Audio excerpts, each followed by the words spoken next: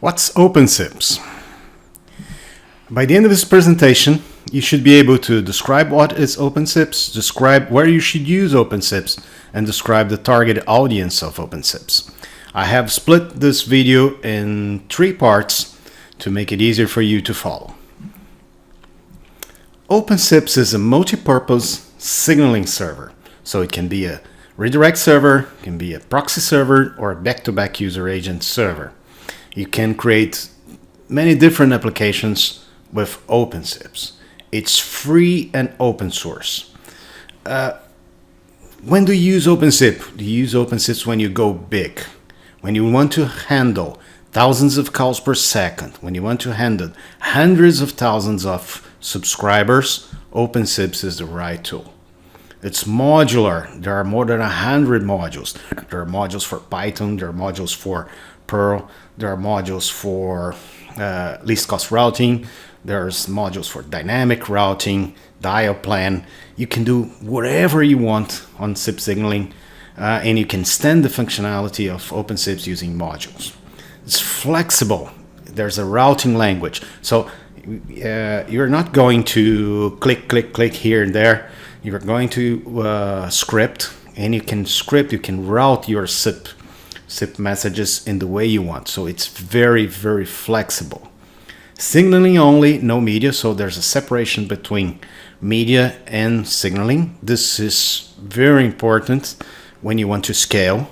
You have to separate signaling from media, but there's support for media add-ons such as RTP proxy and RTP engine, so you can scale to a large number of simultaneous calls. You can add one RTP proxy for each 1,000, 2,000 calls, simultaneous calls. So there's no limit on the scalability by the separation of signaling and media. OpenSIPS and VoIP. So OpenSIPS will play the role of a soft switch connected to media server, connected to other soft switches, and connected to PSTN, PSN gateway, and GSM, SMS gateways. And here's the IP phone pool. So a call comes from the IP phone, goes to the soft switch, and the soft switch routes it to the PSTN gateway or GSM gateway or media server or to other soft switches. Applicability. OpenSIPS alone can register VoIP phones, hundreds of thousands, route calls between phones, 10,000 calls per second, thousands of simultaneous calls, route calls to third-party devices, send calls to gateways and media server, provide simple, that it's instant messaging and presence. SIP supports instant message and presence. Load balance and dispatching. SIP is capable to load balance traffic to asterisk server to free switch servers. SIP trunking. It's a very common application for OpenSIPS. Signaling back-to-back. Sometimes you don't want to have many record routes on your system. You want to do topology hiding, so you can use the back-to-back user agent module. And call managing, you can forward, redirect, queue, hunt. You can do many different types of call management. OpenSIPS alone can't. They can provide voicemail or audio conference, so you cannot use OpenSIPS as a conference room. No announcements, you cannot play an audio.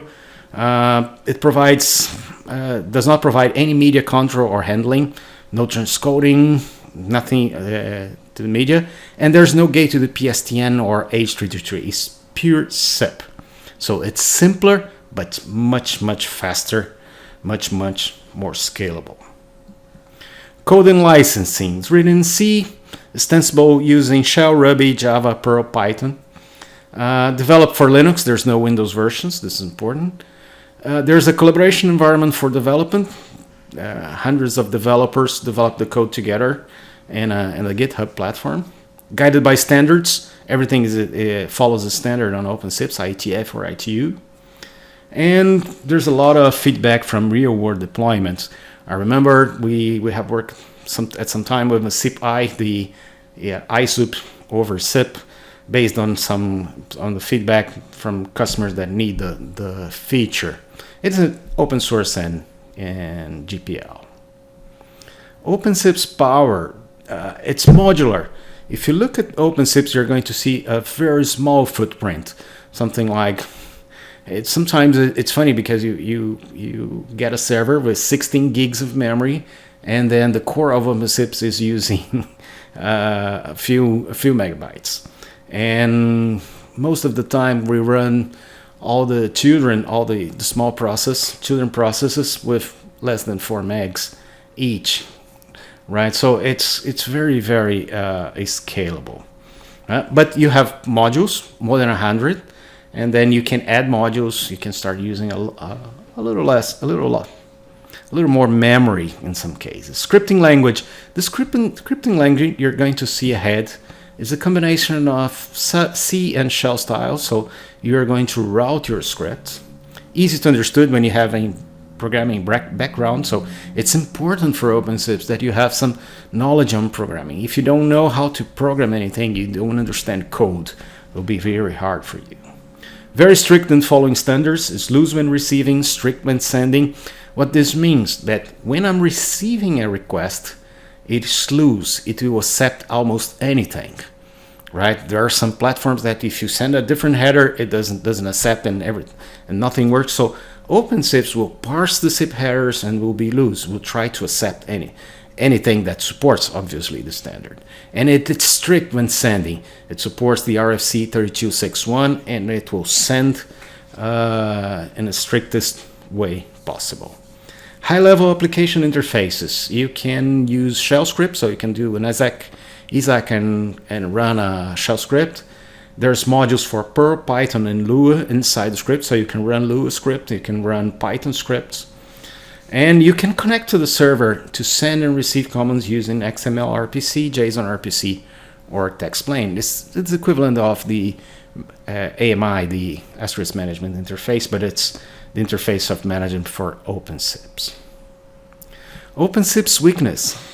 It's difficult to adapt when coming from PSTN PBX style. Let's see, you can build a PBX with hundreds of thousands of phones. You can send calls, you can transfer calls, you can do a lot of things.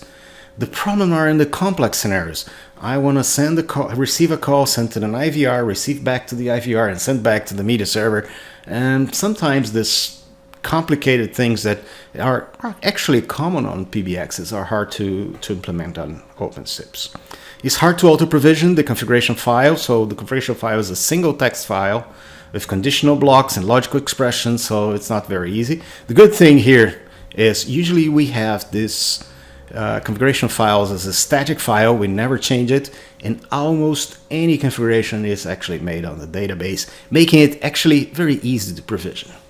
Steep learning curve. It requires some know-how. If you don't know SIP, it will be very hard for you to understand how to configure OpenSIPS. And you need some basic program skills. You need to know at least shell script, at least one programming language. You need to know how to do an if else, and switch, or the basics of a programming language.